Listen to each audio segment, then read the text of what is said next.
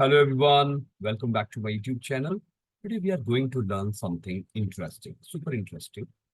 This is the question which we are going to solve in Excel, and look at this current population 45,000 with male and female. And look at this, this is the forecast in next couple of years. We are anticipating 30% increase of male and 25% female. Then population will reach up to 57,500. Find out the current male and female population. This is absolutely interesting. You might have studied in your seventh and eighth standard linear algebraic equation. So how do we solve in Excel?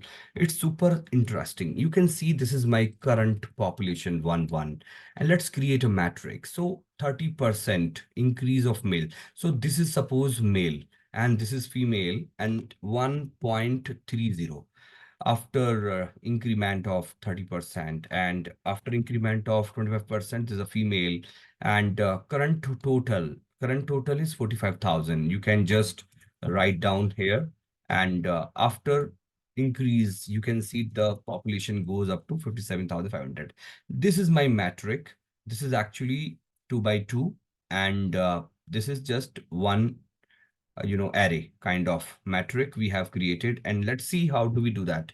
Let's find out inverse of this matrix. So M inverse is one of my formula. You can select this.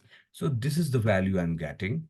And now the job goes easy. You can just use metric multiplication formula. Select this, comma. You can select these two guys and see that this is the answer.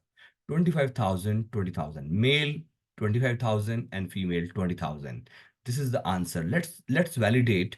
The total is 45,000, which is matching. And post increase, you can increase 30%. This multiplied by 1.30, and look at this multiplied by 1.25, and the total will reach 57,500. Look at this, the total is 57,500. I hope you found this useful. For more such videos, share, subscribe, and love my channel. This is amazing example. Please practice. Thank you so much.